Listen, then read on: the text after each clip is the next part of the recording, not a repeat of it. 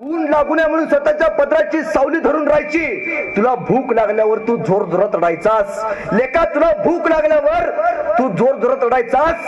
आणि माईचं दूध संपलं ना लेका तिचं रक्त सुद्धा ओढायचास. रक्त पिऊन पोचलास लेका. रक्त पिऊन पोचलास लेका. त्या रक्ताचा तरी ठेव मान. पवित्र अशा मातेचा करू नको अपमान. आता फक्त एक कर. आता फक्त एक कर. त्या दारातल्या माईला घरात तेवढा आण. त्या माझ्या दारातल्या माईला घरात तेवढा आण. किती दिवस जगणार आहे लेका झाडावरचे पिकलं पान. तू गोडधोड खा. तू गोडधोड खा. पण माझ्या म्हाताऱ्या माईला शिळी भाकर तरी वाढ. जर भाकर वाढताना जर तुझी बायको आडवी आली तर तिला घराबाहेर काढ. बायको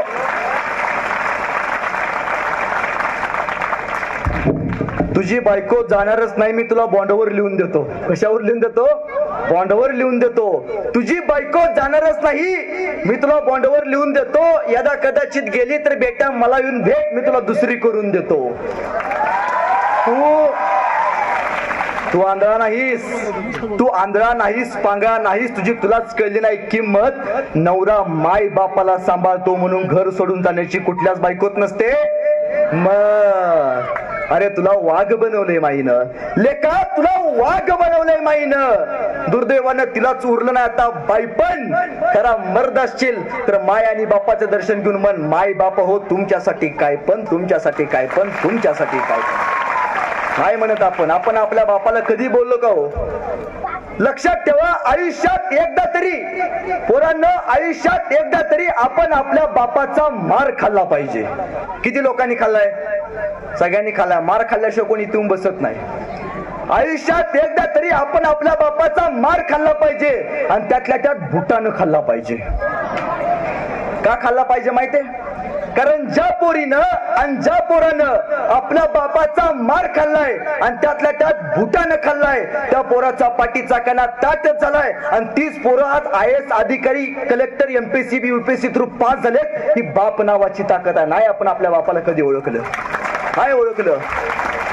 पोरांनो छातीवरती हात ठेवून सांगा किती मुलं आहेत? आपण आयुष्यात एकदा तरी आपल्या बापाला मिठी मारले का हो? नाही मारत आपण आपल्या बापाला मिठी. आयुष्यात एकदा तरी आपण आपल्या बापाला मिठी मारली पाहिजे. पोरांनो आयुष्यात एकदा तरी आपण आपल्या बापाला मिठी मारली पाहिजे.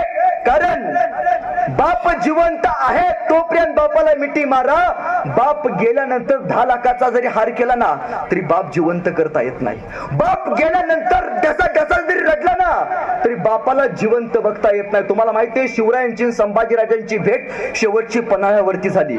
माहिती नव्हता बापाला शेवटचं बघून घ्यायचं आहे. शिवरायांनी संभाजीराजांना मिठी मारली. संभाजीराजांच्या डोळ्यातून अश्रू यायला लागले. भेट संपली आणि काही दिवसानंतर शिवरायांचं निधन झालं. अंतविधी सुद्धा संभाजी राजांच्या वाट्याला आलं नाहीत. माहिती नाही बापाचा कुठला शेवटचा दिवस आहे. छातीवरती हात ठेवून सांगा पोरांनो इकडे बघा. मला सांगा दिवाळीला किती पोरांनी आपल्या बापाला विचारले की बाप्पा तुम्हाला नवीन कपडे घ्यायचे का हो? नाही विचारत आपण आपल्याला नवीन कपडे घेतो. बापाचं फाटलेलं बनेल कधी कुणाला दिसत नाही. आईला कधी विचारलं का आई वर्षभर तू माझ्यासाठी डबा बनवून दिलीस, दिवाळीला तुला नवी साडी घेऊ का हो? नाही विचारत आपण. कसलं आई वडिलांवरती प्रेम आपण.